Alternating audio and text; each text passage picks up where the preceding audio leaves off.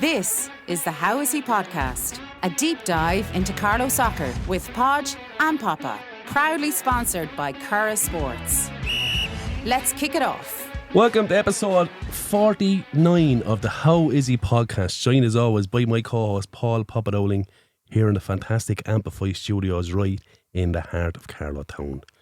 This week we will look at the results, fixtures. We've no Podge versus Papa. No Premier games this week, yeah.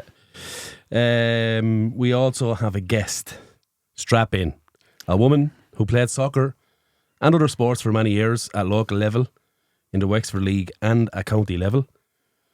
This woman turned to refereeing in 07-08 season and progressed through the FAI School of Excellence, becoming a FIFA Assistant Ref in 2011, which is a very prestigious honour for any official representing their country on an international level. She was also a regular League of Ireland ref in both men's and women's game, and was a part of the officiating team for the 2013 and 2021 FA Cup Final, as well as ref in the 2014 Women's FA Cup Final, but doesn't end there. She also was a part of the officiating team in the UEFA Women's Under-19s Final in 2012. She has done Champions League games, the Women's Euros in Holland in 2017, Men's Europa League, UEFA Men's Youth League Nations, World Cup qualifiers, University Games, Olympic Games, Women's Under-20 World Cup, 3 World Cups including 2 of the final games in 2019 and 2023.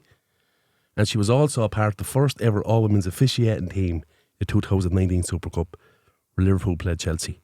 Massive welcome to the podcast, Michelle O'Neill. Michelle, how are you? I'm good, thank you very much for having me. And sometimes I go, was that me? Yeah. Absolutely. Like, well done for you for saying it first of all. Yeah, well, especially when you're harbouring a bit of an old cold or a flu, you know what I mean? It's difficult. Like, did you not bring the violin? No, told you to bring it. I left it at home. I suppose it's kind of easy measure if that's a player, right, who's played in all them events. But people don't understand that the refereeing side of the world is also, do you know what I mean? There's no game without referee, is there? Yeah. But it's this is my path. Do you know what I mean? This is my journey in football. And it's just as big as. Yeah, we have a pathway, we have our goals, we have dreams. Yeah. And I've been so grateful to see them happen in front of my eyes, and to have the goals but set out for them, and the very same as elite players. Yeah. We have to set our standards. And we have to go through levels as well, and rankings, and we're also, what a lot of people probably wouldn't even understand is that we're being observed every single game, and then we have a point system every single game. Yeah. So, and then if you make a mistake, one mistake is your career's over. It's as simple as that.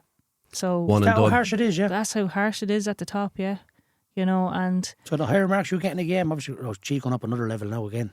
Yeah, it's like you're maintaining the level. So you're if you just say you know yourself, you've seen it, you've seen the referees make calls, and you have a decision there, and it's a goal, no goal. And if I say it's a goal and it was incorrect, and it was and the other team wins, I mean that's a massive mistake on my behalf, and then I won't get another game then next week. Is it you never get another game again, or no? It's just you have to learning. wait You have to wait before you get another game. But if you were in, just say like that's an individual game. But if you were in a tournament, so we go out the very same. We're the third team for a reason, and now FIFA, like I'm delighted they actually, because we walk out first, so we lead the team out onto the pitch. So we're actually the first team to enter the pitch. So now it's called FIFA Team 1. And we'll go away. Yeah. Home team is 2 and the away team is 3. Yeah, or there you whatever, go. Do you know? Shouldn't they? Yeah, brilliant. I don't know about that. The course is next week. What do you mean you don't know about that? I don't know about that. But you know what is it? You know. It's very funny there, right? And we'll do the results now in a second, and we'll get into the real questions. From a feedback space, they can tell you you're making a mistake without telling you you're making a mistake. By giving you a Supercup Final one week, and the next week you're down reffing Ballynanty Rovers versus, do you know what I mean? 9 Degree United. Yeah. Do you know they can tell you without telling you? Yeah, 100%. Do you know? But you know yourself. I mean, because at that level, like I come off the pitch and I'm already analysing myself. I'm already telling you what I did right and what I did wrong. Do you know? Would you know that quick? Is that a conversation you have with your team of 3? Yeah. Straight away at half Straight time, away. say first half. Straight away, yeah. Did I get that right? Yeah. Or made a mistake there, I Yeah, think. I mean, we're open conversation as well because we're all mic'd up. And we're already straight away given the decisions, our interpretation of the decisions towards the ref, and then the ref will make the final decision. It's up to the referee to get all the pieces of the puzzle and to come up with the final piece. Yeah. And make the final And is it decisions. harsh or marked in regards of if you made a mistake and a goal comes over that shouldn't have come over? Oh, yeah. Towards, I should have booked that player and I didn't book him. Yeah, I mean, so do you know what I basically, if I make a decision that changes the outcome of the match, Yeah. I'm straight away. We start off at about 8.3, so as a given, I'm straight down to 7.9. And I will not recover from that. And that's it. No matter how many, if I have 100 excellent decisions in a match, and the average decisions that we make in a match is over 200. So if I have yeah. I would have never said that. Yeah. What? Yeah. So we make about that many decisions in a match because there's decisions made that you don't even notice there's decisions.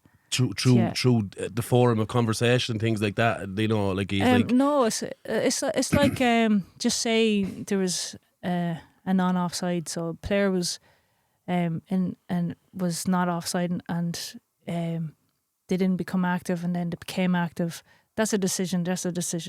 So you have to, interpret the offside So rule. two a minute, right? So that's 2 in a second. And then there's another player that interfered. Did he interfere? Did he not interfere? And then which player actually received the ball? So there's constant decisions every second that we're on the pitch. Crazy. We're tuned in, focused. Where do you take technology? Does technology increase or decrease that? So the VAR was brought in then, in 2018 for the World Cup. Yeah.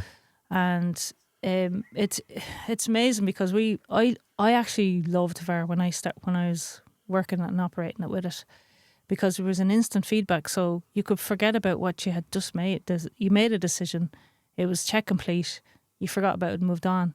Whereas without VAR in all the League of Ireland games, you're making decisions and you have to try to not focus on that decision you made. Is it because you still have doubt? Because you might have doubt, yeah.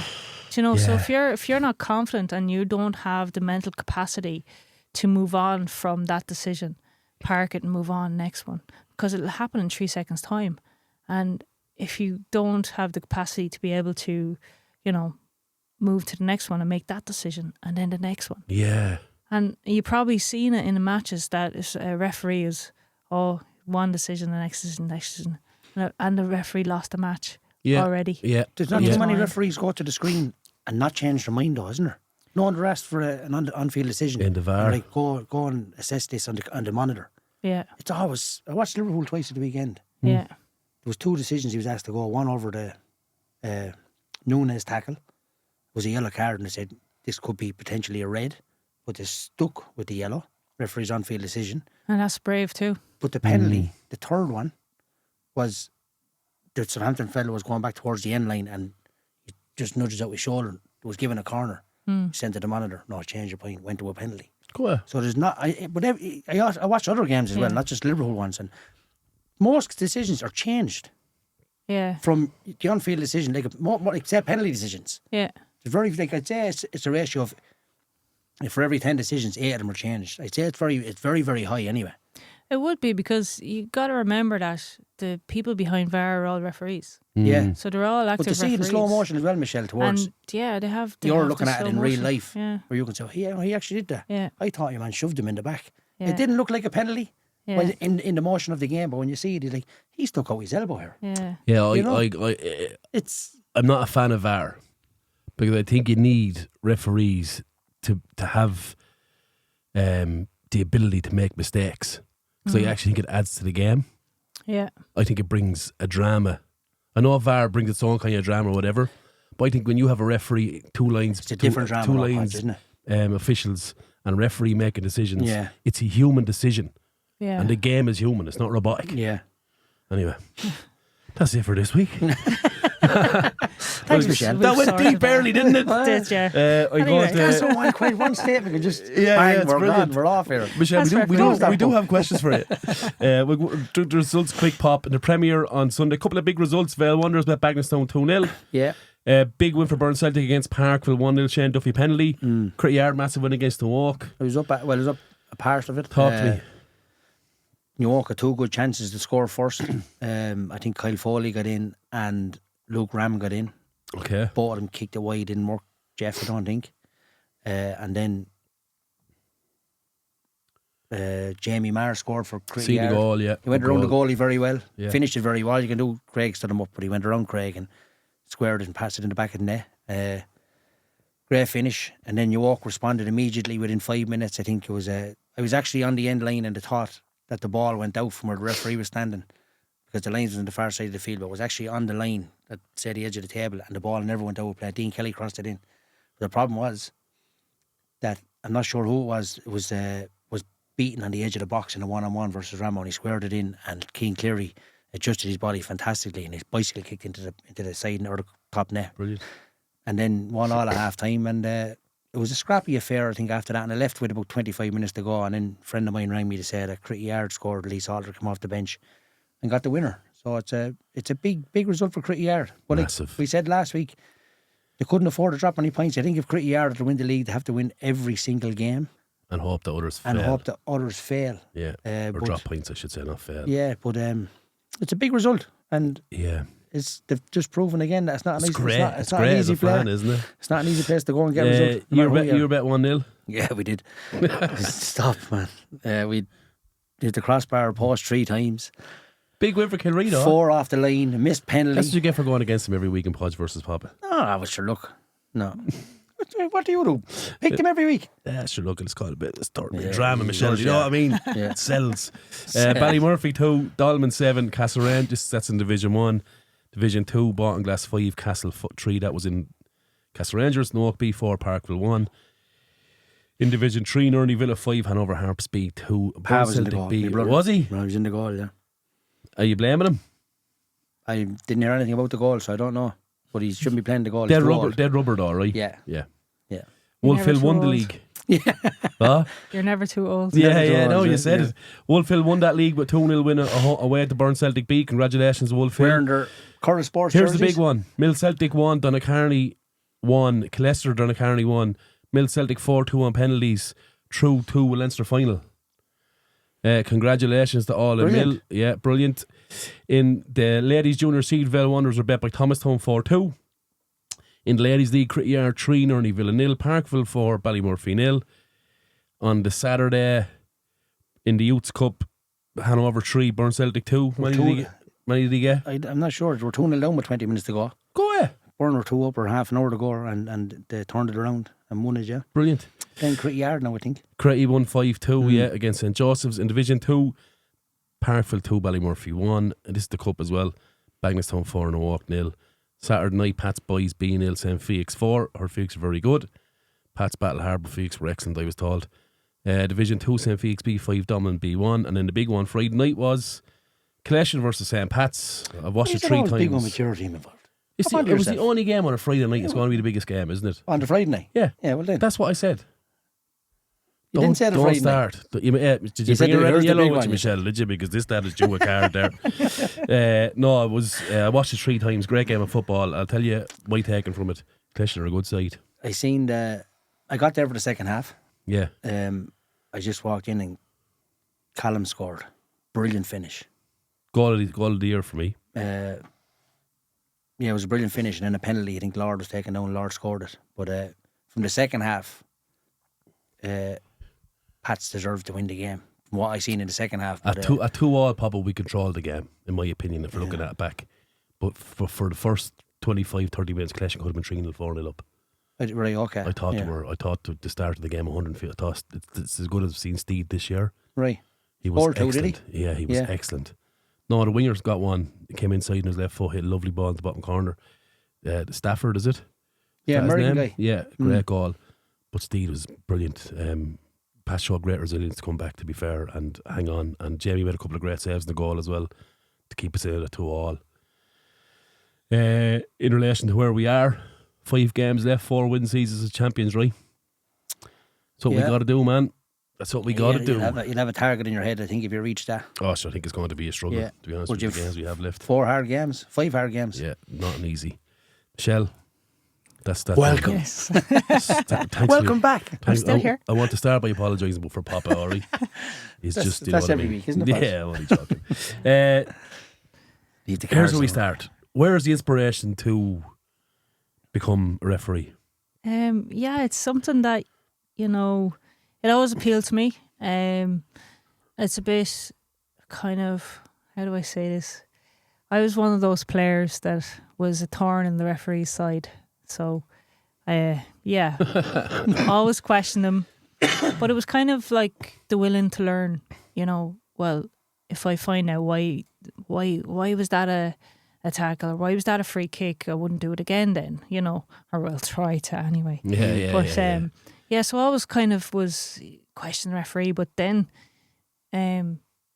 we back in the day, we used to get the best of the referees, you know, in the women's league, and I always said, well, I'd love to improve that. Was there female referees or male? No, Male?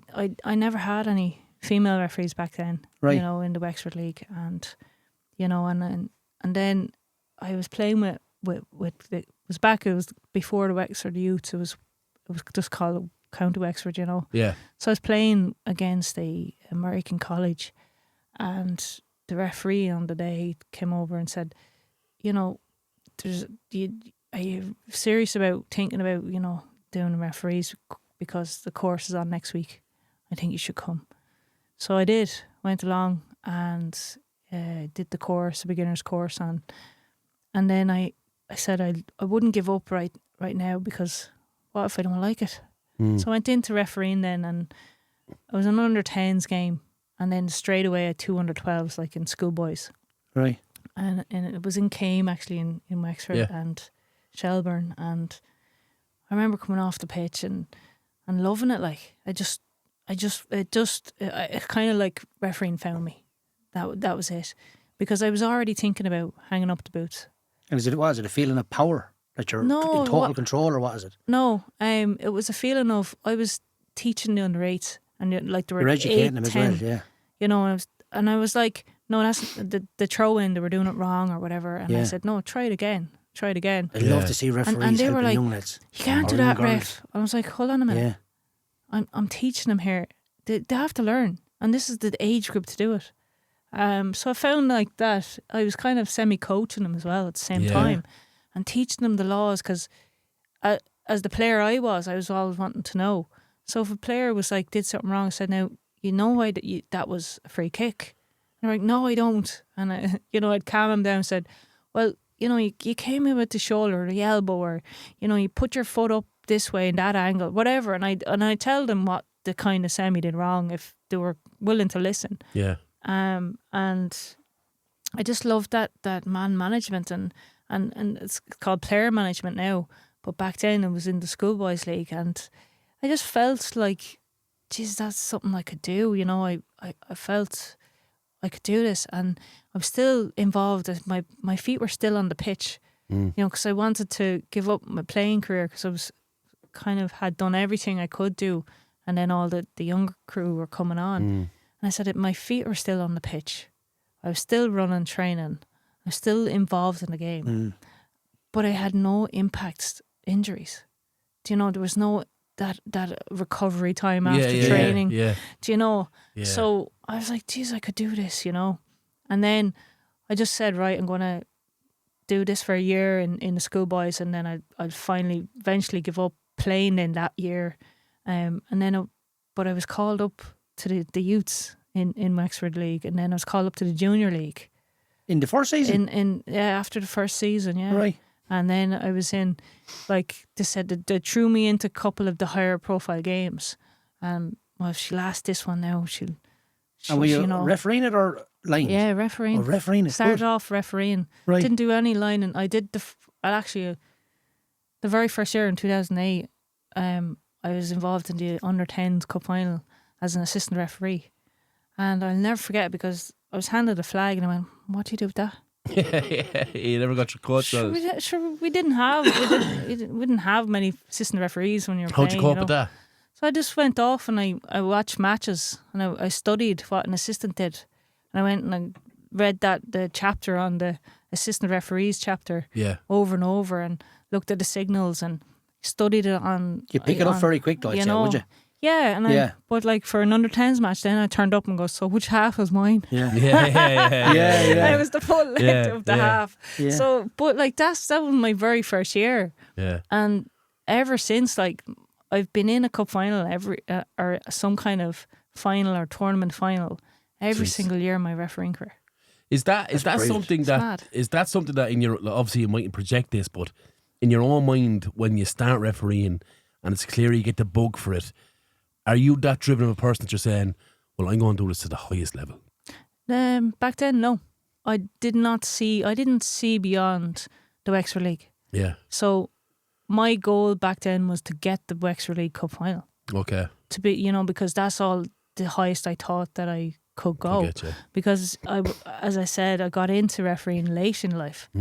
And normally the League of Ireland and FIFA, you have to be younger and they'll get you involved then. Yeah. But, I just didn't see beyond that because I didn't see female referees beyond that. Do you know? Is there a certain age you have to be at when you say young? Because we had a referee on here before and he said, I think I missed a cut. Like, he's only took it up recently since he stopped playing soccer. Yeah. But in regards of Carlo, he's a really good referee because he played the game and he was a very good player. Yeah. But well, it depends on his age, how far he goes as well, doesn't it? They get you in young because, like, you become FIFA at the age of 23 for assistant and 25 for a referee. That's it, right? Okay. So they'll get you in at the age of 18, and then work you through all the ranks and get you seasoned in order to be ready for FIFA level. Yeah. But if you show how driven you are, you show you're willing to learn. To make mistakes and learn from them, and the fitness level is just top quality, and then your dedication, and you're training every single day, like you're sometimes twice a day, so there is a pathway there, but like I didn't see any females in Wexford League, and it was only when I got to League of Ireland and start watching the matches there was a couple of females there and I was like, oh, this is a pathway. Yeah. But, that wasn't why I got into refereeing. Do you know? It was only when then I was called in 2009, so I'm only a season in. In 2009, I was called up for the School of Excellence. Is that a conversation that someone reaches out? You like? Is that on the back of an application or is it like? Yeah, it's you're nominated. Okay. So. Okay. But is it a blind assessment? Like, do you know the assessor is there? Like, you've been told if someone come on and watch you, or is it like, is this a surprise guest? And you haven't a clue who it is. No, and then they come to you after the game and say, here's how you done. Every game has an assessor, as much as possible, say, in the Wexford League. Yeah. So I was probably, because of being a female in the sport, I was being assessed a lot more. You're kind of under a magnifying glass. So I've been under a magnifying glass my whole career. So I, say, and don't pick this up the wrong way, but say if you made a mistake compared to me making a mistake, I'd be twice as hard for me to recover than for you. Do you know? Yeah. And that's the way it was. Do you know, you were really under a microscope, and so you couldn't make mistakes. Do you think that's the same now for someone, say a female in ref? Do you think it's the same now? No, not as much, because we've really paved the way. Would you feel? I was going to ask you. Would you feel like that you're a trendsetter in relation to that? Like, is that something you'd be very proud of? I would be, to be honest with you, and there's no ego about it. It's just there was a certain point in my career where, like there was a few females before me in the League of Ireland, and I was assistant referee then to them in FIFA, and they got up as far as the qualifiers, World Cup qualifiers and Euros, but no one ever went to a World Cup finals tournament, and no one ever went to the Olympics, no one ever went to Supercup. So there was a point in my career where I actually had the moment of, oh my God, I'm stepping out into a new pathway here, and I'm opening doors and opening pathways for anyone that wants to come through and try this. Yeah. Or anyone. And it became possible. And that was the Supercup final. When we walked out onto that field, we were not nervous.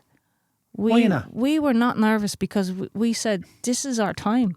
This is our time that we were given to show the world that females are here. Yeah. We are the same match officials as anyone that you choose that are the best to do the job. To walk out onto this pitch and go, hey, look, everything is possible now. And that was that moment. And, you know, I still remember it so vividly. And getting messages from all over the world, from all the different leagues going, thank you, because now they get their opportunity in their men's league. And that's what happened. That must be like some advertisement offered, wasn't it? Yeah. It really is like outrageous. There's a couple of things I want to ask about Supercup, and I think I'll come to them later on. But like, just on that point of breaking ceilings and creating pathways for others, not even creating, but being a visual for people who want to ref, male and female, right? Yeah. To say, wow, first of all, this person's Irish. She's on the global stage, she's done Olympics, blah, blah, blah. Like, what does that give you? Like, does that give, I'm not trying to bring your ego into it, but does that give you like a severe sense of pride where you're like, this is better than any money or any drug in the world? Mm. Yeah, you said it. The word is pride. Yeah. I mean, and the reason why I picked that word out is because every time I put on my jersey outside of Ireland, I was putting on my Ireland jersey. I was representing Ireland. I was representing everybody at home officiating, any referee where I came from, the all the way down to the Schoolboys League, all the way to the Wexford League, all the way to the League of Ireland, all the way to UEFA, Europe, FIFA. Any match that I've ever refereed, I refereed it as if it was my own cup final or someone else's cup final, because it was. Yeah. And because that's the stake of every match.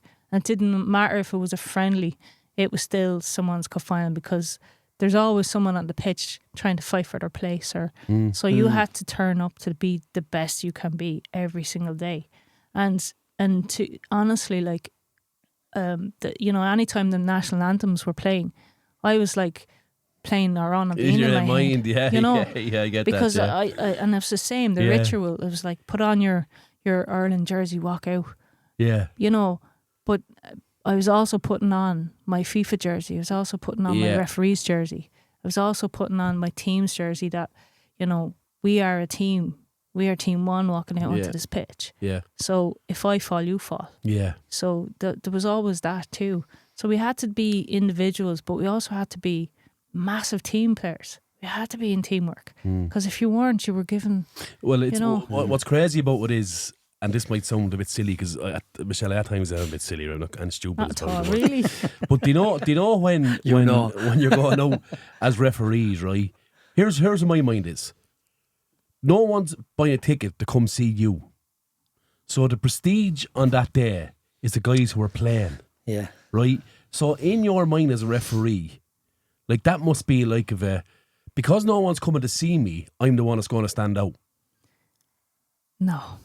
Do you know what I'm saying? I know what you're saying. I know, and I don't know if there's a question in that, but it was more of a statement, to be fair. More of a statement, yeah. It was. But anyway, no. So when we walk off the pitch after the match, when we walk off the pitch, what we want to say and what we do say, well, no one's talking about us today. Yeah.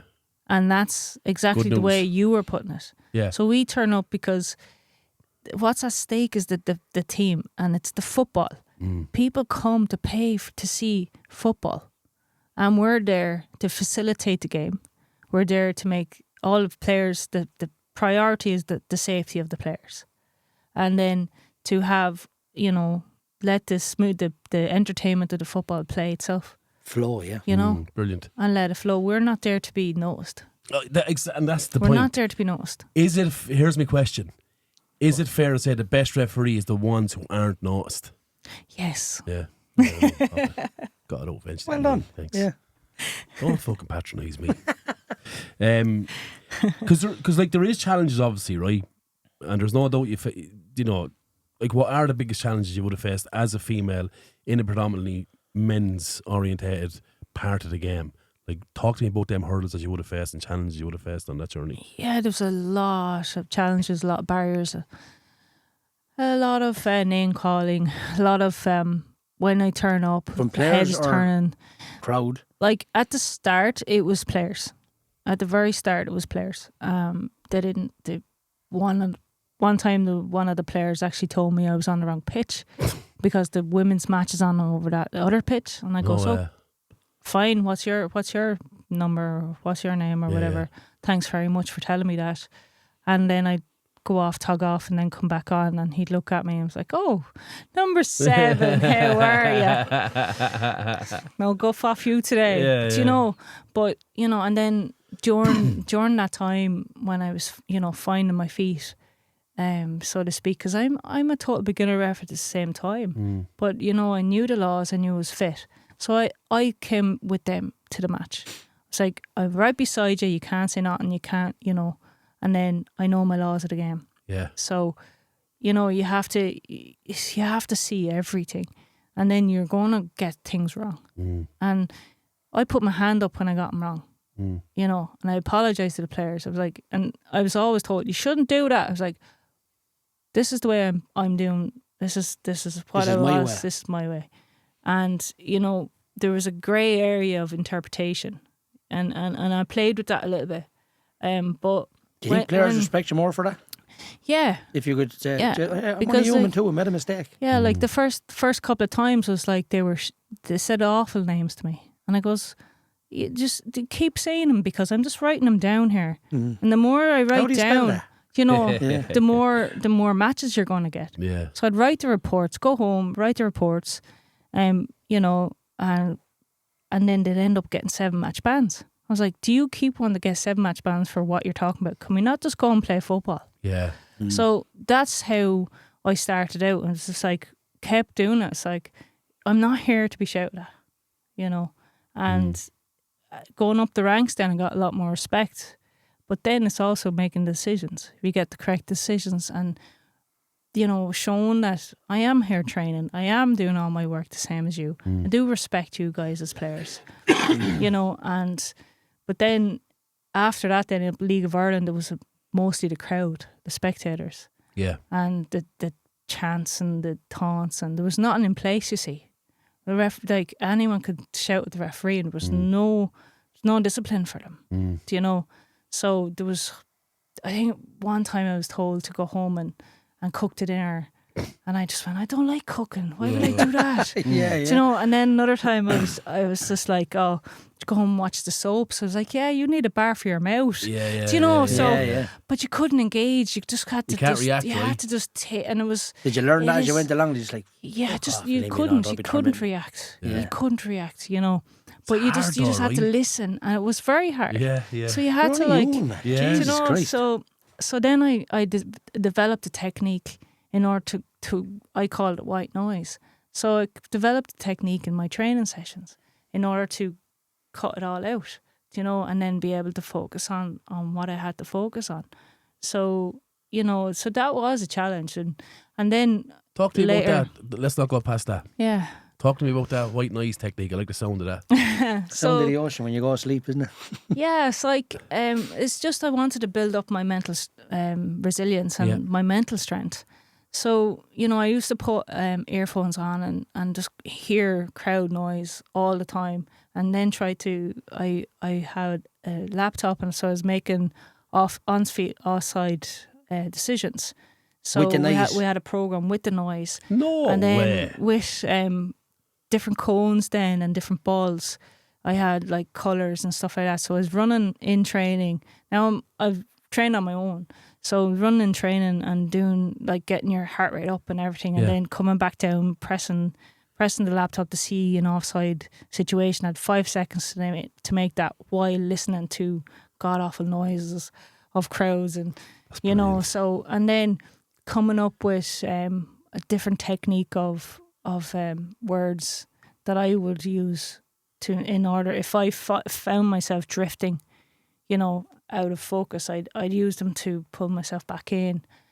So there was loads of different things. Trigger words, like what? Yeah. Give me an example of a few of them. Just say if there was. Wake up the fuck. Yeah. How do you drift in a game? The quieter the game is, or someone miles ahead, or something like that. If I'm that you think you might miss a decision because some team is 5-0 up.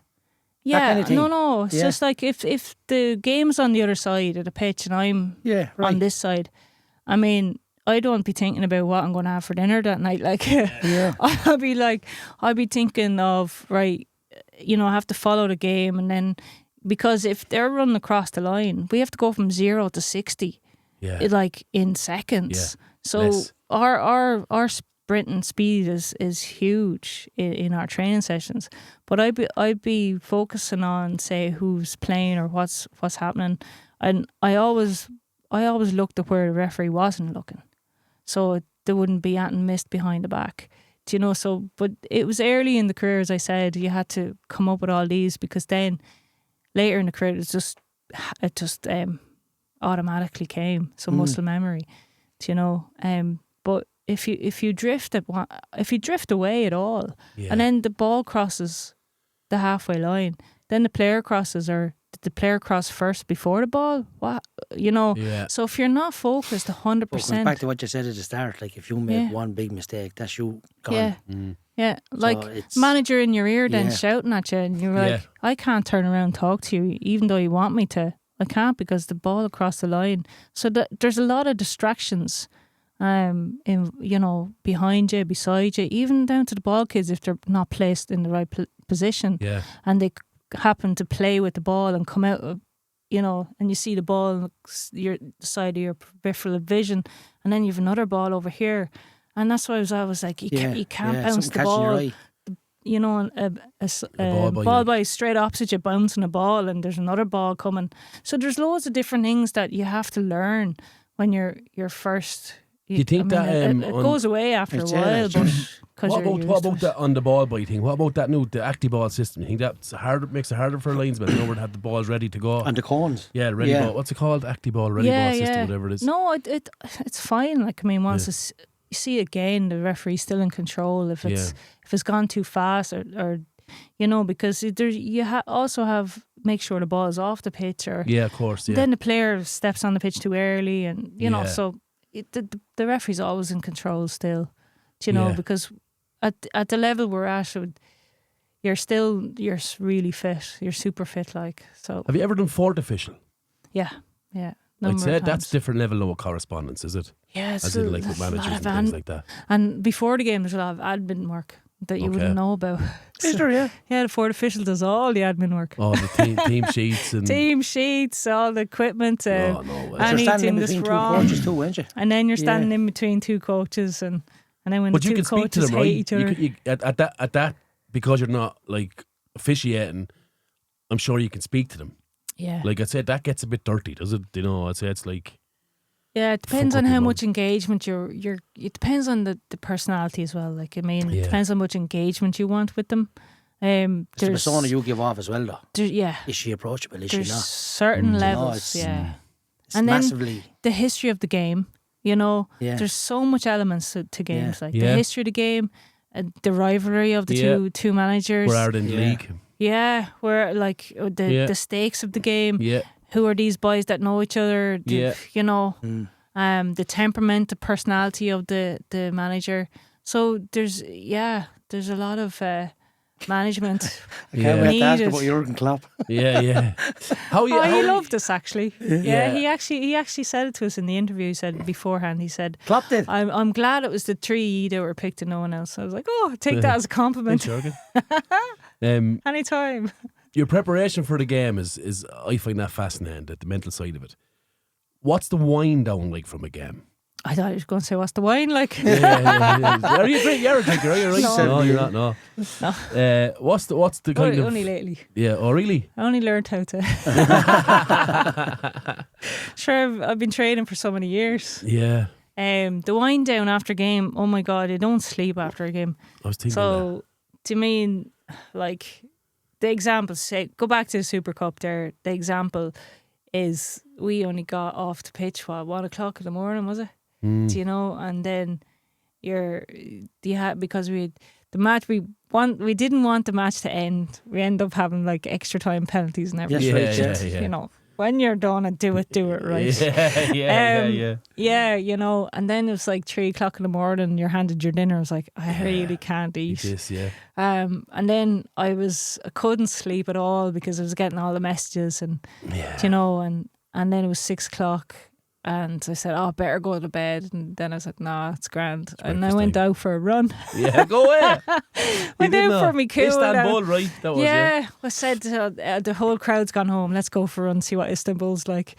So I went for a recovery jog the next morning. Brilliant. Same morning. And then home on the next flight.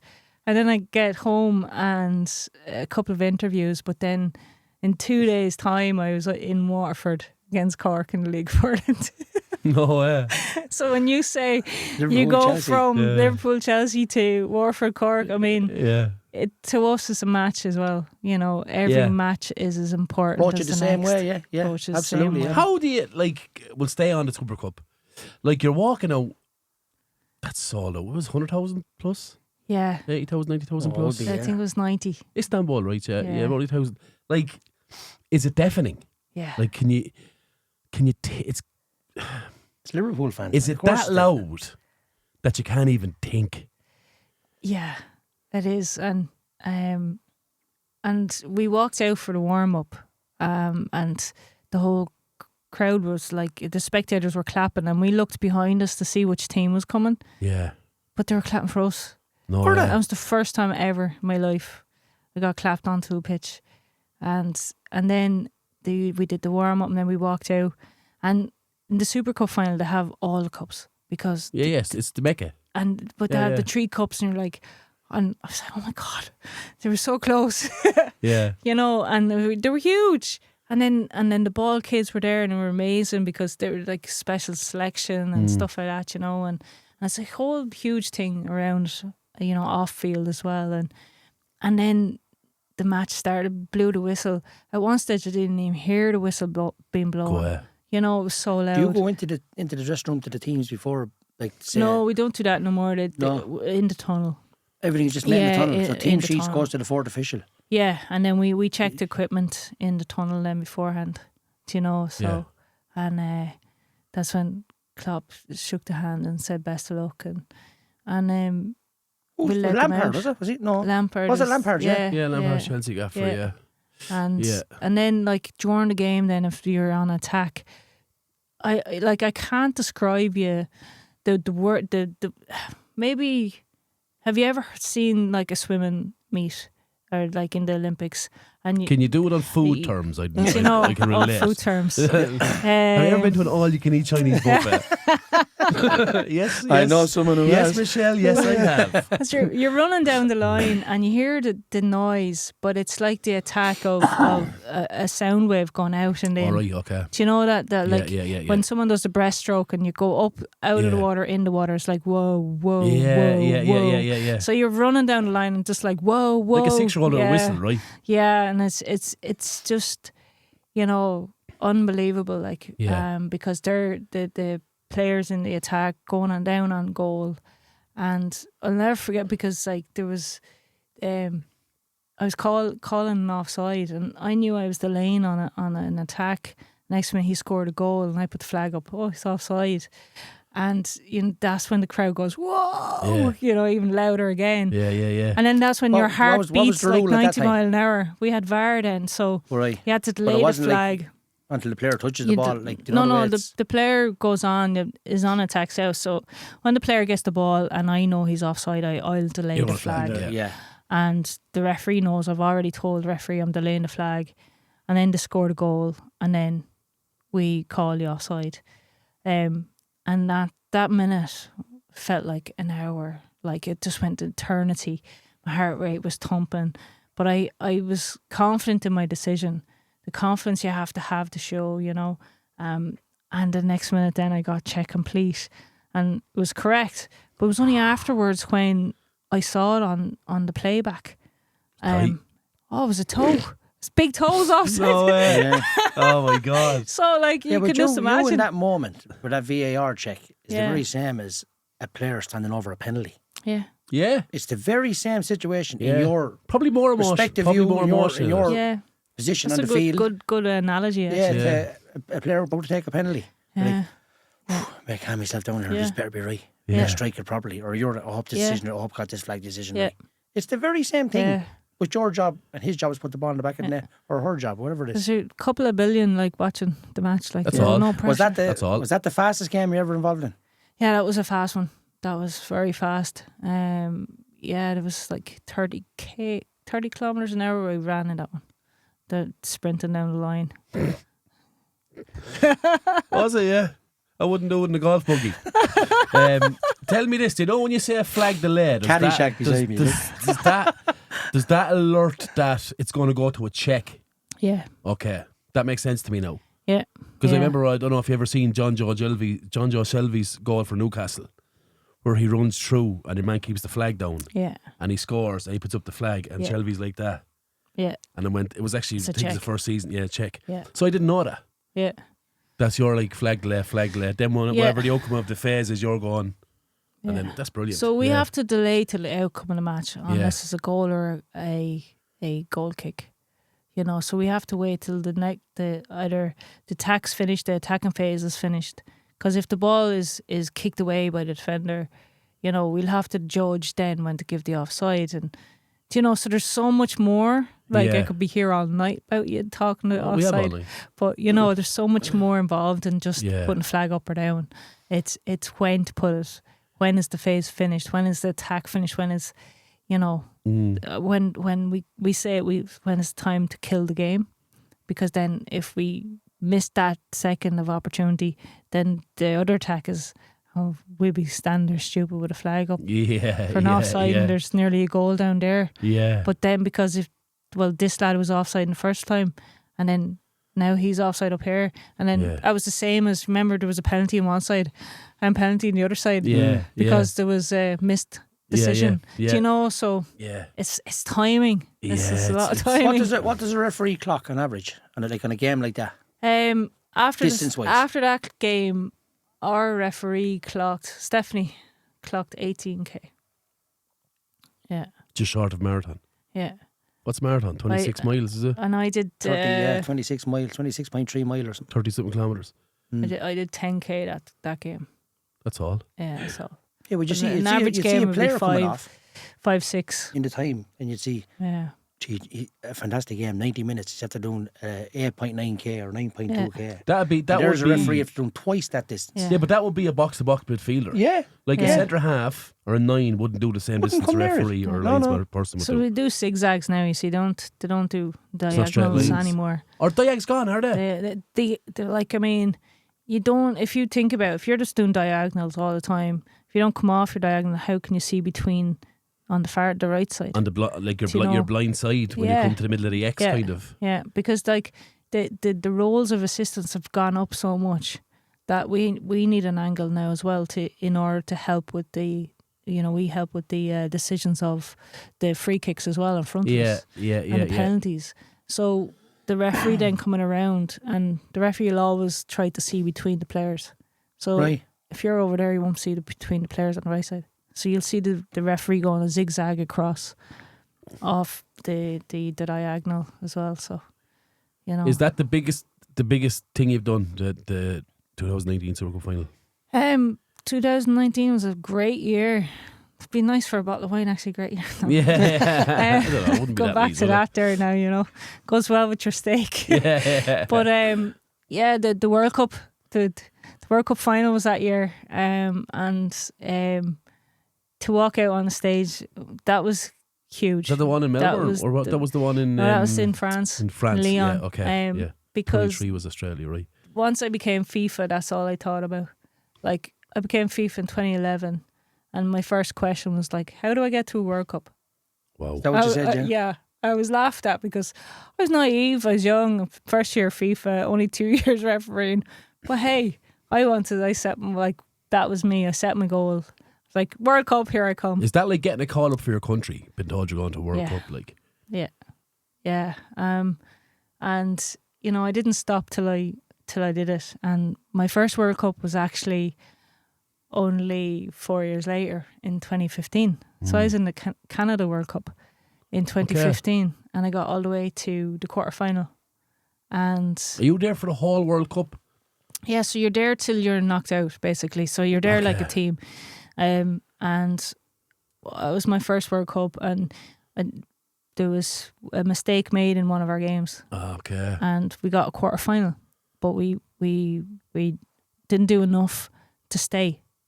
So we were sent home, and then but I mean, you had legends of referees at it. Like again, I was only a couple of Learning years. your trade, sort of, at that level. I mean, and it was only discovered by FIFA really in 2014.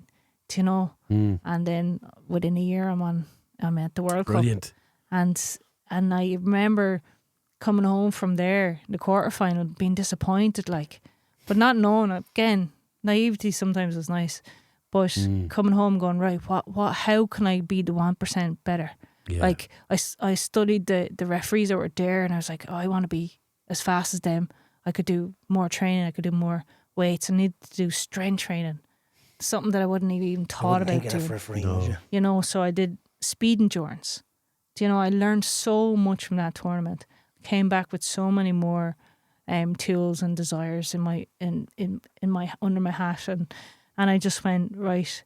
And that's when I even made a decision to give up work and go self-employed, so I could be more flexible in order to train more. So I did a lot of giving up in life and sacrifices. Really? Did you give up? So what was everything? What would your employment have been prior to that? What did you work at? I worked in the leisure centres. So I was a swimming teacher and PT trainer.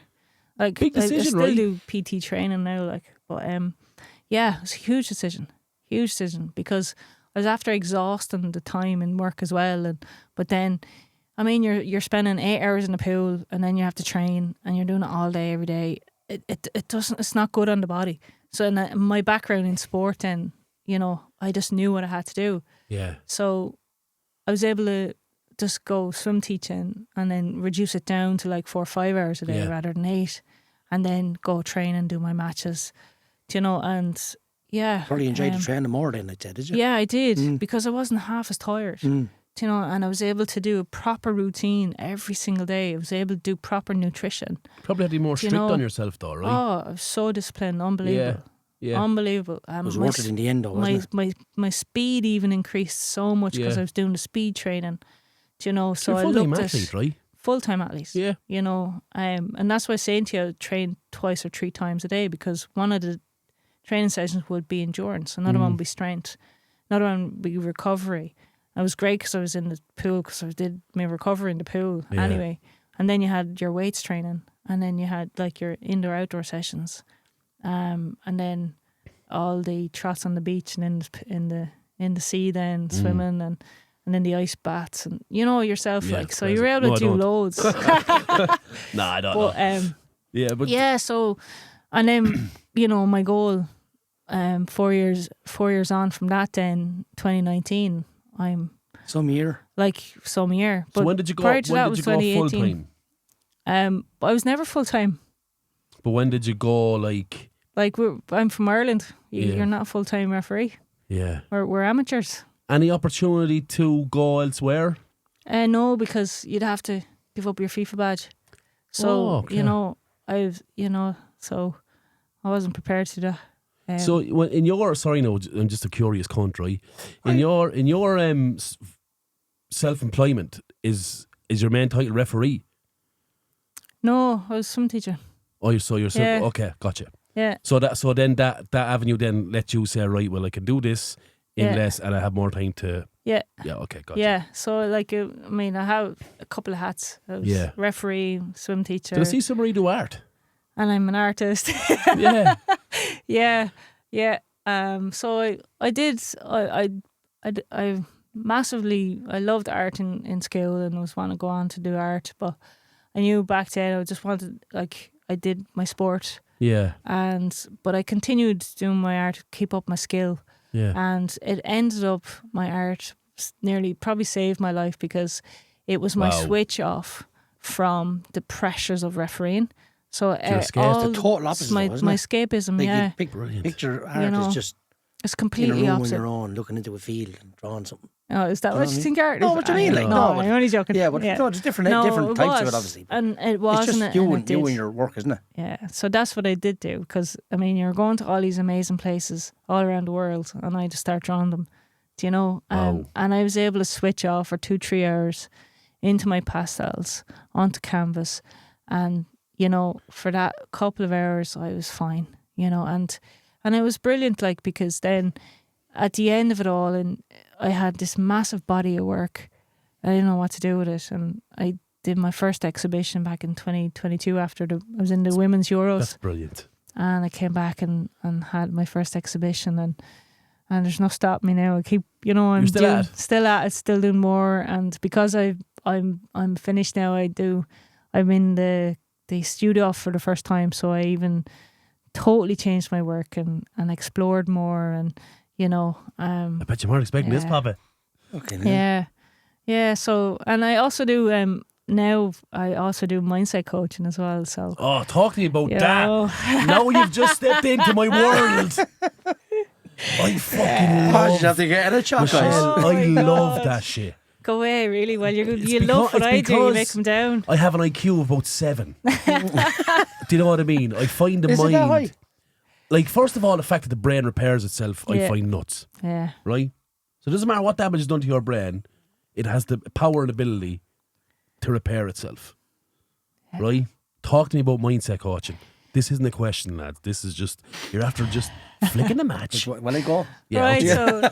So I don't know if you've heard of binaural beats No. and Beats brainwave by Dre. frequencies. You know, yeah. So we work on the frequencies, but this is like first and foremost, it's like coaching and mentoring mindset. Okay, so I've always said that what set me apart from, like, you can train your body, but you have to train your mind. You have to, you know, be resilient. You have to know where you want to go, what you want to do. So it doesn't matter if you're from elite sports athlete to yourself. Yeah. Sorry, I was only joking. No, I was serious. No, you're spot on. But, you know, for anybody that is, you know, sometimes your mind gets blocked. Your mind gets blocked. You're unable to think. You're unable to see where you want to go, what do you want to do, and you're at a crossroads even, and you want to know which road to take. And through a session with myself, a couple of sessions, we talk you through it, and you have a different topic. Everyone has a different topic. Yeah.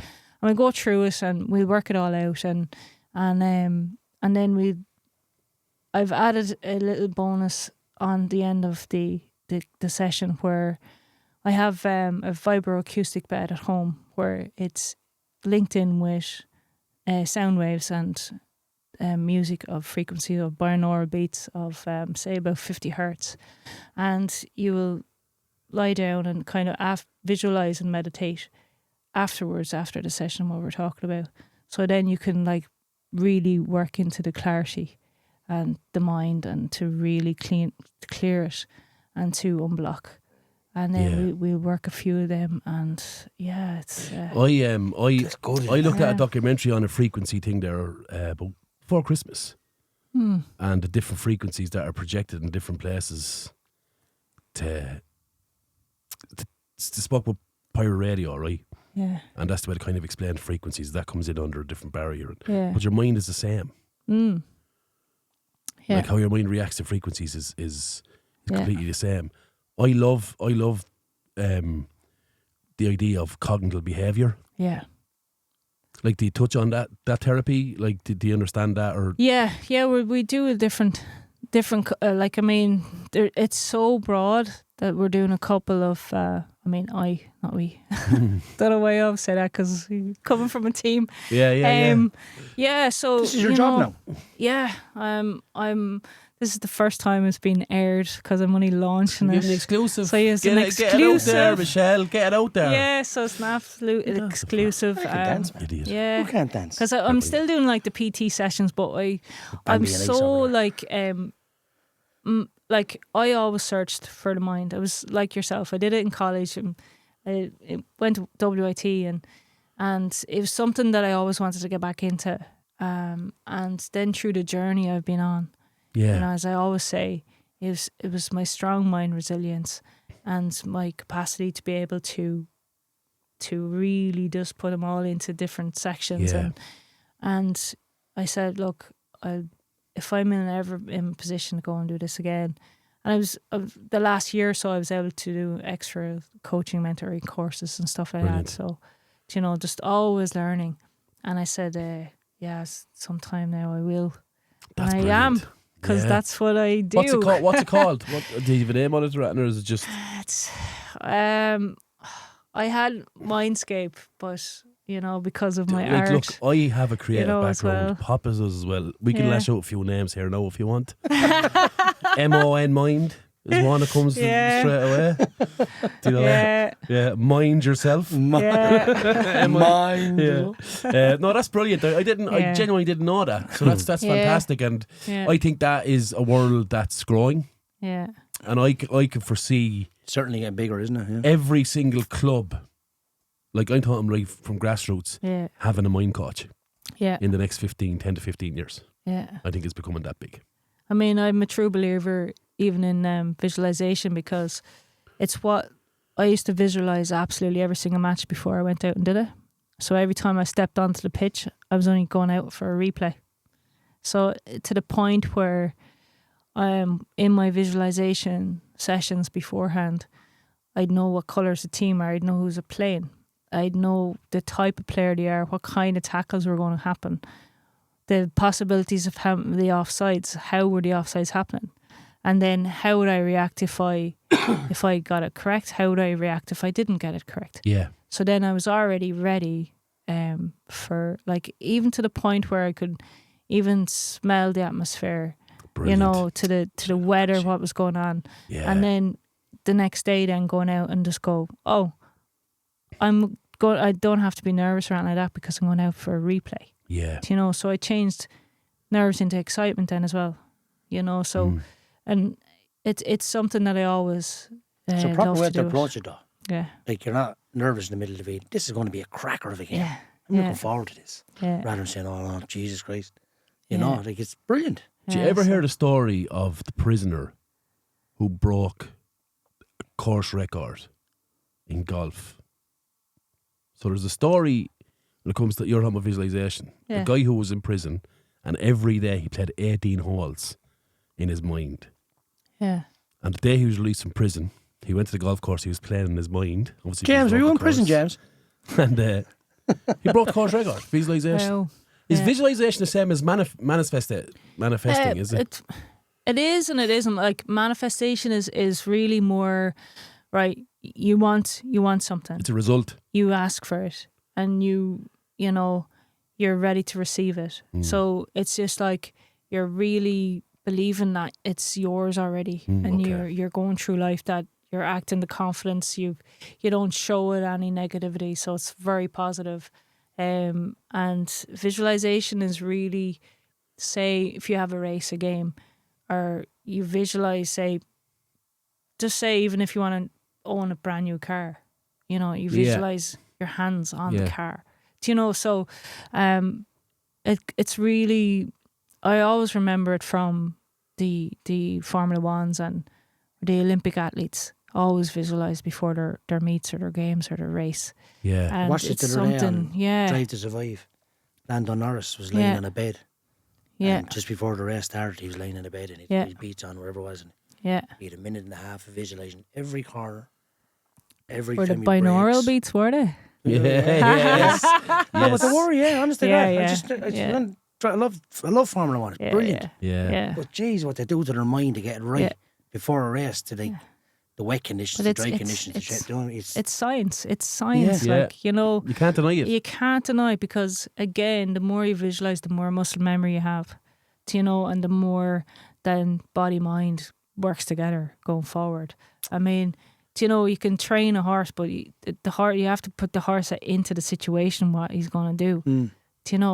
So in order to win, so it's like it's really connecting both together, and it's where success comes from. Do you ever get asked to speak to referees to train up their, like not up question. their game in regards of, but do seminars or something Like like a that. workshop? To say, yeah, like a workshop. Yeah. Did you ever get asked to do that? It'd be brilliant yes. for referees. Like, but you're after going to the top, like. Yeah. Like I do a lot of public speaking. Yeah. So I'm available. Yeah. Yeah. Michelle, can we promote ourselves first? We might just skip the queue there. Do you enjoy public speaking? Do you enjoy that side of I love it. Yeah. I love it because again, it's like growing up as a kid. I'll always say the story. People said, "What did you dream about when you were a kid?" As a 7-year-old, I wanted to be. First of all, I was an athlete, so then obviously, I wanted to be an athlete. I represent Ireland in the Olympics. Oh wow. And that dream came true in Tokyo. Talk to me about the Olympics. Tokyo Olympics, yeah. Can you squash the Olympic That is Village amazing. rumours? Come on, ask me. What's the rumours, Patch? Squash the Olympic bed Village now or is squash like- out? You've often heard rumours of the Olympic Village where you're giving out like condoms are free, right? That's the start of it, right?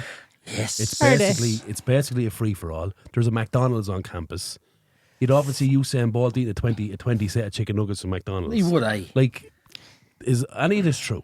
So I can't say anything about the Tokyo Olympics because we were on lockdown. So we were in a separate hotel. Okay. But I was at the Kazan Olympic Games they were university games Yeah. in 2013, and I was in the village. I was invited into the village for a day because the referees won't be in with the athletes Okay. for course, yeah. obvious reasons. Yeah.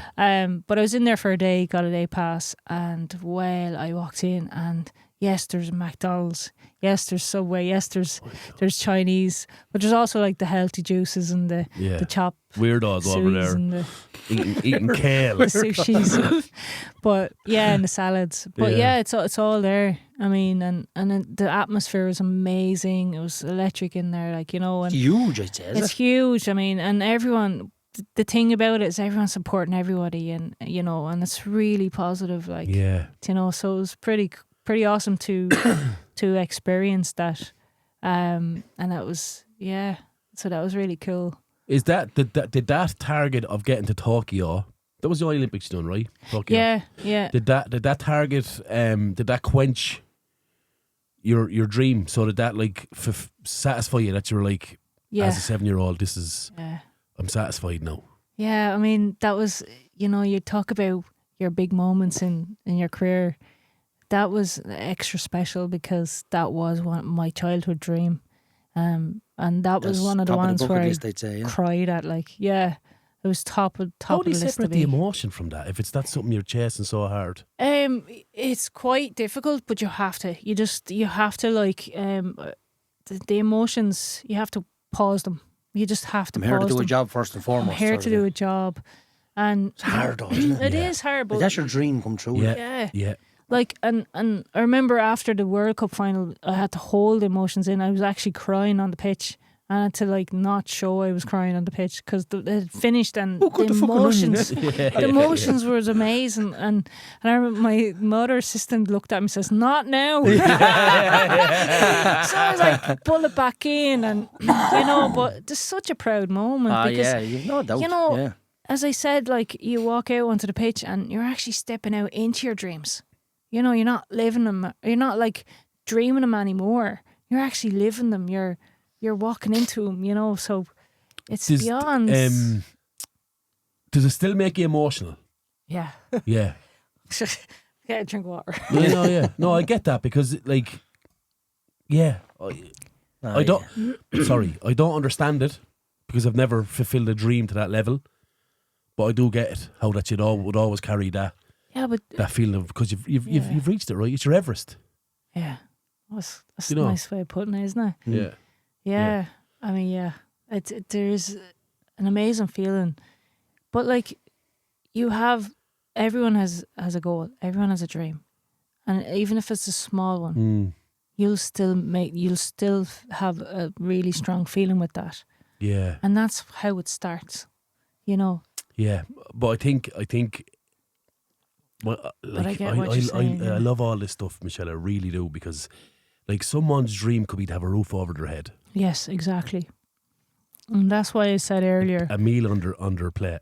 And that's why I Simple said things, earlier. yeah. Do you know what I mean? I said it to you, the first thing was I was so grateful and privileged to do what I've done. Yeah. You know, and it gave a roof over my head. But like, I totally understand, and that's why I never took any minute of my career for granted. Not once. Yeah. I never Are you put the only myself... Irish referee to officiate at the Olympics? Yeah. Yeah. Yeah. Yeah. Only Irish only second magic, second to officiate World Cup. Am I right in saying Yeah, that? there was a man, Eddie Foley, referees the men's '98 World Cup. Yeah, no one And remembers. got to Eddie. the quarterfinal. Yeah, And that was it. That was the first and the highest. And you were the next. At 98, and then I was... Let's come back from the deepness and enter the shallow side of the pool, right? And give us a bit of crack, because Michelle, I heard a story at the Ballymurphy Interlands, right? Because it was standout moments of you officiating games, and you told one story about Salah. I thought it was quite funny. Yeah. Tell the people. Hit them with it. Yeah. So Mo Salah was like, you know, doing his thing, and he was like strutting his stuff around the pitch, and he comes running, and he kind of tiny bit got clipped on the side, and he kept running, but his boot went flying. And then it was like one of these players that did, the boot went flying about halfway back the pitch, and then 1, 2, 3 steps, didn't get anywhere with the ball, so he fell down. And and then it's like he picks up the boot, and he's like, "What? Where's the free kick? What? Look at the boot in his hand." And I goes, "Would you get up, would you? You're getting nothing out of us." Mo Salah, yeah. Mo Salah, yeah. And then I realised who it was. So I was like, "Oh, sure, look." Yeah. But you don't look at it like that. No, say, I do you? don't. I just look at the colour of what you're wearing, and the number on your back. Yeah. Do you Who was know? a pest in that game? Was there any pests in that game? Chelsea and Liverpool. I think Hendricks got a yellow for himself. Yeah, he stood up to Stephanie. Stephanie gave a free kick, and he stood up. He was in disagreement of it, and Right. yeah, and she went straight out with the yellow. She was not having any of it. I loved working with Stephanie because Where's she she's from from? France. Yeah. She's not having any of it. It's Do you good, know? strong. She was Stephanie Frappa. She was nominated afterwards for, she was like twice World Referee of the Year between Was men she? and women. World Referee of the Year. Let that Is she sink in. still active? I got like Ireland Referee of the Year. But I got it. Yeah, absolutely, yeah. First woman to get it. Tell me, Or, yeah, like, first what's the story Brilliant. with the languages? How hard is it? We do all you know have to speak, do you know we many all have to languages? speak English. You have to all speak All the English. referees have to have a quality Right. English. Yeah. That roads level. us so pop. Yeah, we're fucked. Yeah, you speak Irish. Sometimes I'm told I've been out in tournaments. There's a funny one for you. Sometimes out in tournaments, I'd speak the way we normally speak, Yeah. and you're fast and you've slang. The first day or two I get to a tournament. Tournaments are about 30 days long. If you get to a It's a month. tournament, first 2 days, I was like, "Michelle, slow down. Speak English." Yeah. So I then have to remember to go out and speak my English, Yeah. you know, A because bit of dictation on it. and slowly. Yeah. Because I remember I got excited in one of the games, and the first few times I was the first time I worked with Stephanie was in the World Cup Under-20s in 2018, and I knew she was like, no, I worked with her in 2012 that final, but then 7 years on, and then we worked together again, and I was so happy because I knew what the quality of referee she was, but she was scary because she was so strict, and you know, you had to be. She was the fittest in any man I've ever seen in my life, fittest referee on the planet, and so I was like, I have to up my game here, you know, and I remember running down. We were playing.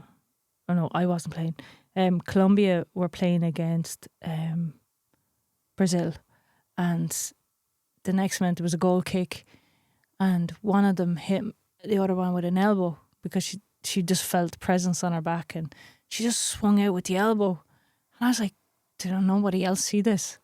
So I was like, yellow card, somebody stop the game, stop the game. Yeah. And Stephanie, Michelle, slow down. And I was like, okay, what's happening? I said, stop the game, you know, Yeah. need a yellow card number 10.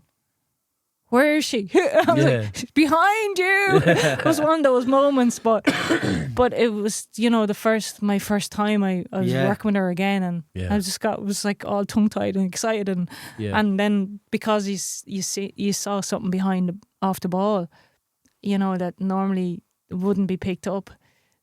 They're the type of decisions that you get the bonus for, and from that day on, then I always remember to slow down, speak English clearly, with direction, and we went on to. That was when I first got my first World Cup final medal. Was in the under-20s in 2018. Do you remember the clip with Kalina? Yeah. Where the Czech Republic player. Yeah. And he was separating. What happened now if a referee did that to a player? Remember what he done? Gives him the fist. Oh. Yeah, but he told him he touched the player. Yeah. He was not supposed to touch the referee. Yeah. But he was like, but he was in total control of the situation. Yeah. He was like, Kalina was different level. But he was just Kalina was different. Different grade. He was our boss now. Yeah. Yeah, in FIFA, yeah. Yeah. Amazing, scary. Tell me this, is it financially rewarding? Was he, yeah? He was very scary. I'd answer that in a second, but the first time we were doing a seminar and we were out in I think he was we were out in Doha actually, and we were doing the Ascar Cup. So you had the under 23s of the teams of Roma, and you had Real Madrid, all the men players, like, and Brilliant. so we were using VAR and everything. So we had amazing players there. But we went in for the first day of the seminar, and of course my name's in the front row, and I was like, oh no. So sitting down, and next minute something went wrong, and he banged the table in front of me. I left up off the seat. I just went bang, and I just went, I didn't do it. and he couldn't do nothing but laugh. Yeah.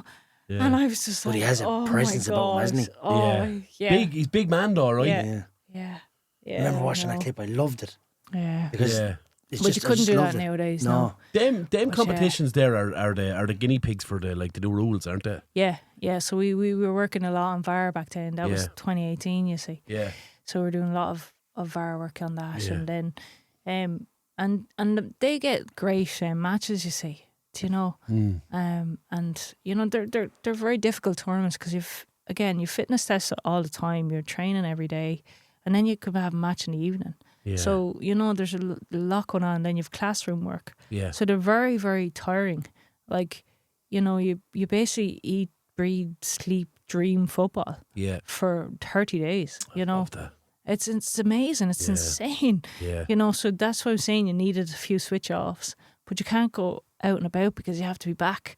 You might have an hour off, 2 hours off, and then you just all you want to do is sleep. Yeah. And then some of us were actually doing, me and Stephanie, a lot of the times doing extra trainings just to get the edge. It's probably your wind down as well, though, right? Yeah. Like it's probably I'm just going to go for a run here just to focus for a minute here or whatever. Yeah. I know I asked you to repeat. Is it financially rewarding? It's like you wouldn't give up work for Gotcha. If you were from a different country in a bigger league, I mean they're fully professionals.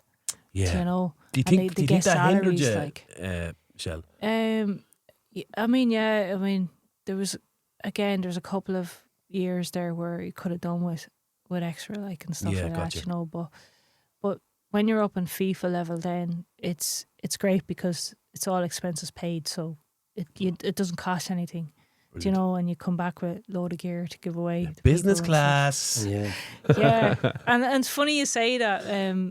My very last flight actually coming home, very last tournament was in Australia 2023 World Cup, and got, as I said, to the third place final in that, back-to-back finals. Amazing. Brilliant. Who was in that? It was Australia and Sweden. In Australia. Oh, amazing match. And the whole of Australia was there, but coming home from that tournament then, and I was running from one flight to another. Only had 40 minutes from when you land to get to the next one across, and you know yourself, and you're Been there. running and I put the ticket up there and I was like, did I make it? Because there's no one around. Yeah, And yeah. I was like, oh no, I missed. Yeah. And then I put the ticket up and says, yeah, you made it, but they're all upstairs and they'll be down in a minute. You know, you're early. And he ripped up the ticket. And I was like, what's happening? And he gave me back a ticket and I went, oh, I must have been first.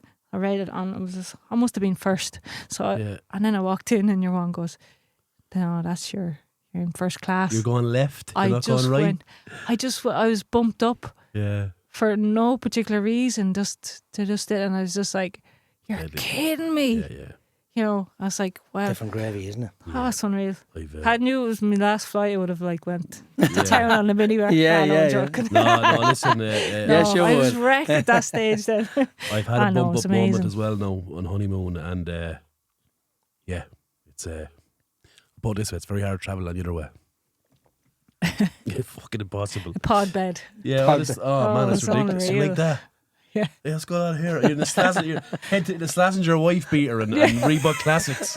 You're so out of place. Like know what I Brad mean? Nesbitt sitting on the plane. Hey man, what's an hour's nerves? Do you know what I mean? It's ridiculous. But sure, look, it's That was the best it's 8-hour brilliant. flight I've ever had. Yeah, I know. I'd say that. The Olympics 23, I suppose we can't go past that without saying that. Must have been more proud of the fact that Ireland were in it. The World Cup, Yeah. yeah. So What did I say? Olympics. Yeah. Sorry, don't mind me. So you go back to 2018 and you're going through then the blip year, you know, and then we were going back and you're like, do I go again? And then you have, you know, we went to the Euros and it was then when you kind of knew these Ireland are really close. close. They were so missed out on the Euros. It was heartbreaking. Yeah. But again, it gave them that fire. It gave them that fire. And you see, I've been at a lot of the Ireland games. I go to a lot of them. Love it. Are you're actually a fan, right? Yeah, You're a proper fan. Obviously. And then when it came to the qualifiers and I got qualified, it was probably one of the amazing, like I didn't know I was qualified till you don't know because you're on a list.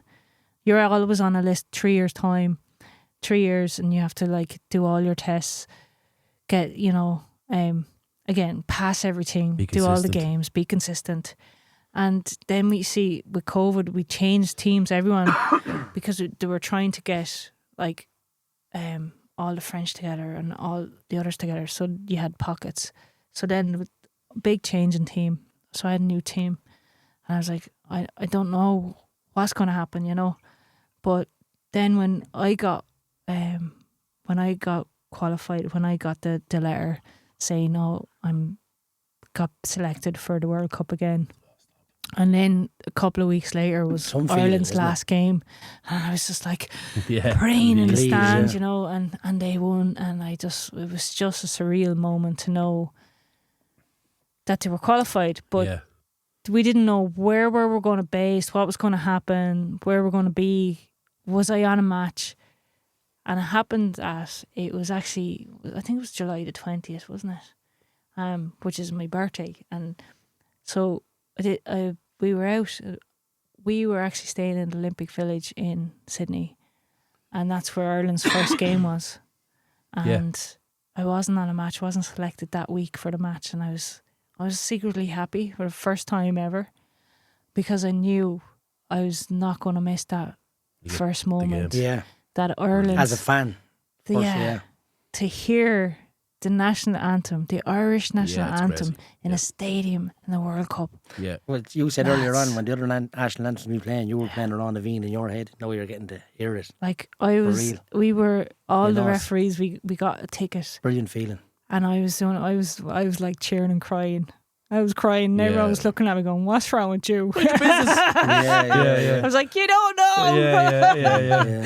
Yeah. So that was a proud moment and the girls did so amazing and they should be so proud of themselves. Like, they'll get back though, right? There's plenty, like you even look at the Women's League of Ireland, like it's a really good level. Yeah. Getting stronger every year, Podge, isn't it? It's really good level. Like there's some serious players in that Women's League of Ireland. It's unbelievable because back in 2011 when it started, again, it was early in my career, but I ended up getting to referee that first game in Wexford Park, Ferrycarrig Park, and that's another amazing moment. Yeah. You know, to kind of see that where women's football was going, and from then to now, you're I don't even tell me how many years ago that was, but like it's amazing. Like It's you can not see 5. the level. Yeah, But there's a player, Kylie Murphy, and We she had her was on. on. Oh really? Yeah, she's from the She same like- village as us, Beecher, yeah. Do you know I would have, and you know Nicola Sinnott. Yeah. Like I would have played with her with Wexford. Yeah. Do you know she's only retired now? Just last week, right? Just last yeah, week. Yeah, seen that I announcement played as well, with yeah. her and against her in Yeah, my own good league, player. and then refereeing them. So to see the development of Kylie's women's good, isn't she? football, oh, it's amazing. Still playing, still She's captain. still playing. She's been captain She's amazing. every single year for Wexford Youths. And the thing is, if you ask any other referee, they'll say, "Oh, I don't like Kylie," or "It's a difficult player," or whatever. I freaking love her. Yeah. I'll walk onto the pitch. She knows what I'm about. I know Yeah. what she's Yeah, about. yeah. And you know, You do your and- job, I'll do mine. And again, I'd Yeah. just go up and talk to her, say what it is, or she'd come up and ask me, Yeah. and I never had a problem with her She's a winner. though. Ever. Yeah. because I see the determination, Mm. I see the skill she has, the team player and the captain. I mean, she's not she's captain for a reason. Do you know? Absolutely. I'm glad you mentioned her because I was going to Captain say for a it. reason. Brilliant, yeah. No, Yeah.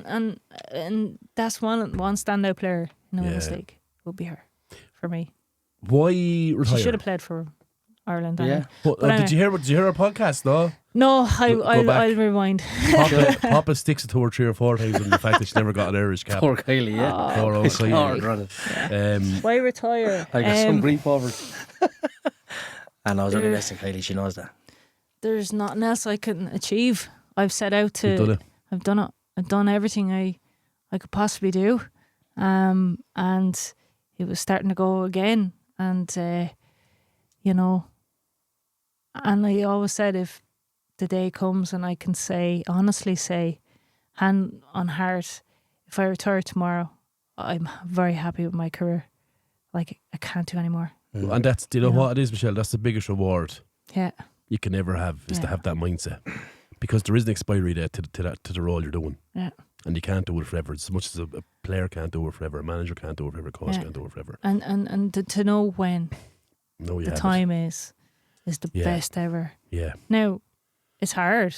Let me tell you, it's hard to make that decision, and it's hard to have the what ifs or can I go another one? But I've always made the decision, and I'm sticking with it. I stuck with it. Like when it comes to the point, I'll know it, and that's it. You know. How do you fill the space, fill the void? With my other hats, Yeah. my artists and my PT, personal training, sessions, and I'm launching my new mindset coaching. Yeah. And, Mind yourself. you know. TM. Yeah, You know, this, so- I get the vibe that you're the kind of person that needs something anyway, right? Yeah. I wouldn't say you sit at home and watch Netflix all day, like. No. Yeah. No, just at night time. Yeah. That's, yeah. No, Sure, that's sorry. law. Who does it? Sure, that's law. Sure, we all do that. No, That's and law.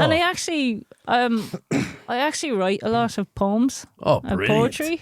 What? Tell me you have Bring one it on on Podge. in. Has she got one on you? Not a poem, I Oh, wouldn't think sure. so. I have. I just recently done one last Friday night. We did a collaboration piece with a singer, and the musician did the music, and I did my poetry, and yeah, and I've just come off a drama play.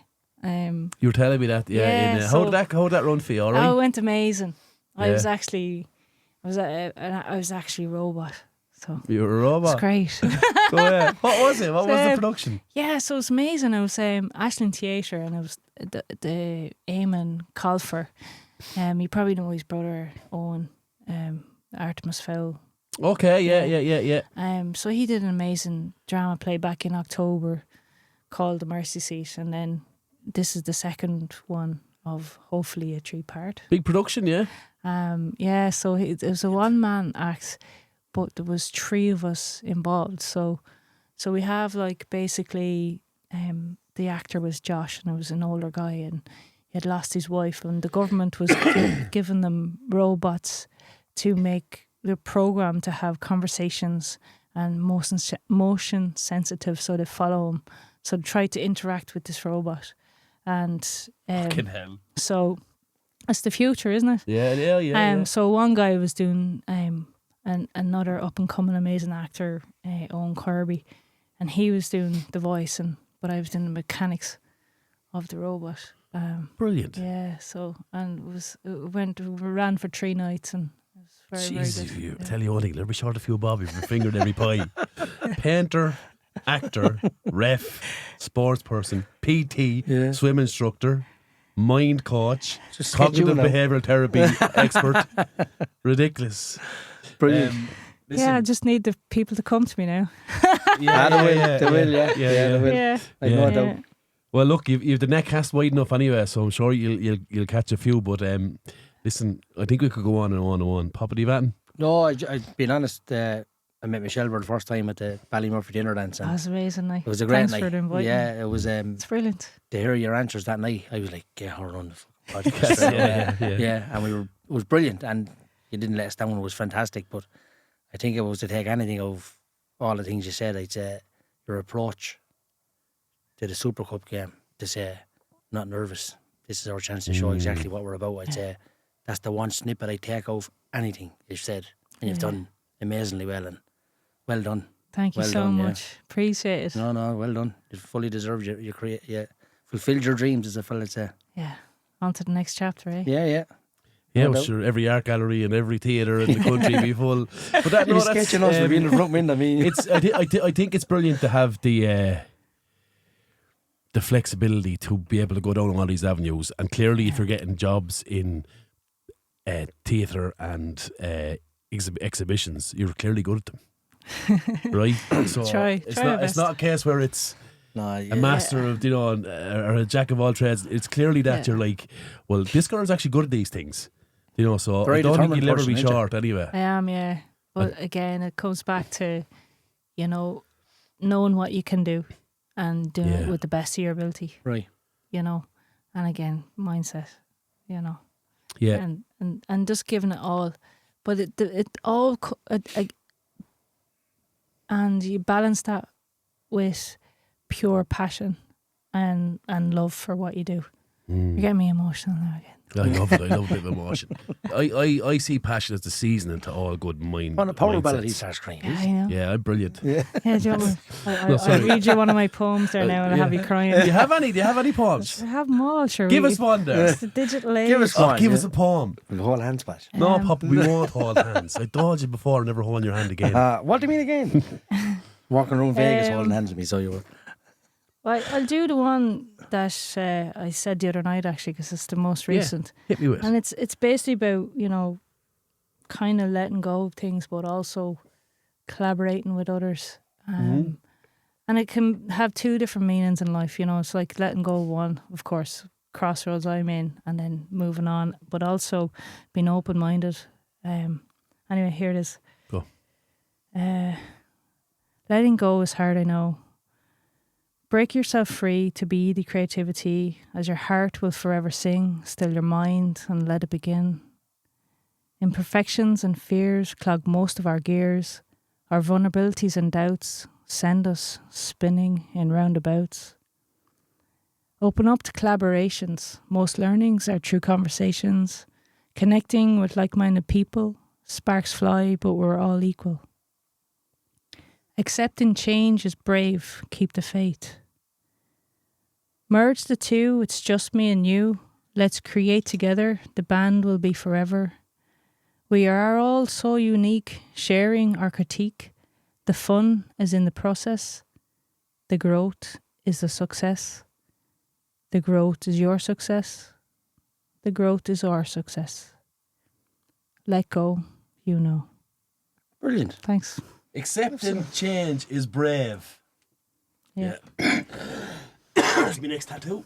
I'm only joking, I don't have any tattoos. Very good, yeah. Michelle, that's absolutely fantastic, and that's something I never thought we'd be speaking about, to be honest with you. No. You're a doctor last genuinely, week. you're Of course, you're a real life onion. You've that many layers now. To be honest with you. Papa, let's do the fixtures, and then we'll. I don't know what game. so crap at technology. I don't know how we're doing this every week. You're not great, no, in fairness. Brutal. Thanks for your help, Bill. You need a buddy.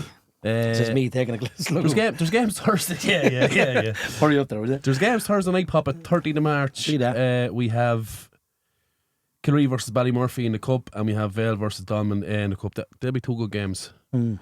Clesham versus Crit Yard in the Cup as well, Friday night. Saturday, Hanover Youths out against Suncroft in the last 16 of the Youths Cup. Put off 2 weeks ago, so yeah, be a good game. best luck to them. Bagnallstown versus St. Feeks in the in the Youths Cup Division 1. Vale Wanderers versus Bagnallstown in the Youths Cup Division 2. That is a semi-final. So is the Feeks match. In the Girls 18s League, Nurney Villa versus Ballymurphy. Vale Wanderers versus Feeks in the Carlow Cup on Saturday. Feeks versus Bottinglass. Pats A versus Pats B. War. And Burn Celtic versus Stanley Rovers. Saturday. You're playing Parkville in the Cup. What do you think? Sure. 2 of them coming off 2 bad results last week, ain't it? Well, 2 losses, not bad results, but yeah, I don't know. That could be a good game. There's nothing in between the 2 teams, you know. So North End. Let's see. Big club, Michelle. Right, you're into the world. Yeah, they have a lot of ex-league wearing Super players. win at the weekend, Bet Michaels. Yeah. Again, another team I used to love refereeing. A North End. lot of people, like, they're don't like going up there, but I love it. Yeah. Loved it. Their approach to the game, and they're professional with their approach again as well. And it's gone in there, but they are a tough team. Yeah, we had John on here who was over for 31 years, like John Goggin, and he was. Imagine missing it. I thought it'd be at 2, but it's at 11, isn't it? It's at 11. Yeah. I'm in Spain playing a bit of golf this weekend, Papa. We'll talk about that in 3 weeks, Patch. And then we have you will, when you're off to Augusta, you cunt. Newark B versus Castle Rangers, Wolfhill versus Nurney in Division 3, Hanover B versus Bagnallstown B, same division, and then on the Sunday, Ballymurphy versus Vale, Parkville versus Nurney, New Park versus Crit Yard. That is also the Ladies' League, and then that brings us on to the following week. Michelle, thanks so much for coming on. Thanks a million. Absolute pleasure. No matter what you do, I think you're going to be successful. Don't take that as gospel, because I've often been wrong. But what I will say is absolutely fantastic story, insights into refereeing, like poetry, acting. It's absolutely brilliant. And thanks so much for coming on. And I really appreciate your time. I genuinely do. And if we can help you with anything, give Pop a show. That was a pleasure, and wish you guys ever success as well. Thanks a million. Thanks very much. Pleasure, yeah. St. Pat's 50th anniversary dinner dance, 21st of March. Tickets are on sale. They're nearly sold out. You want to be contacting them before Thursday if you want to go. It's open to all comers. It's a celebration for the community and the Carlow League in general.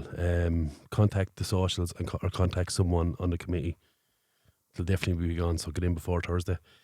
That's it for this episode, lads. Thanks once again for all the support. It's extremely humbling.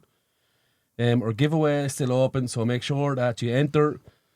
The details are on the socials. The draw is going to take place on the 18th. Yeah. And a massive thanks to Paddy and James from Ampifi. What a fantastic facility this is. And as always, Papa, it's not my podcast. Not my podcast. It's Carlow Soccer's podcast. It's your podcast. Good luck and God bless. Thank you, guys. Brilliant. Awesome. Thank you. Thanks, Michelle. That's full time on this episode of the How Is He podcast. Available on all podcasting platforms. Find us on Facebook, Instagram and Twitter/X. Proudly sponsored by Curra Sports. For more information, contact Shane@currasports.com or check out their website, currasports.com.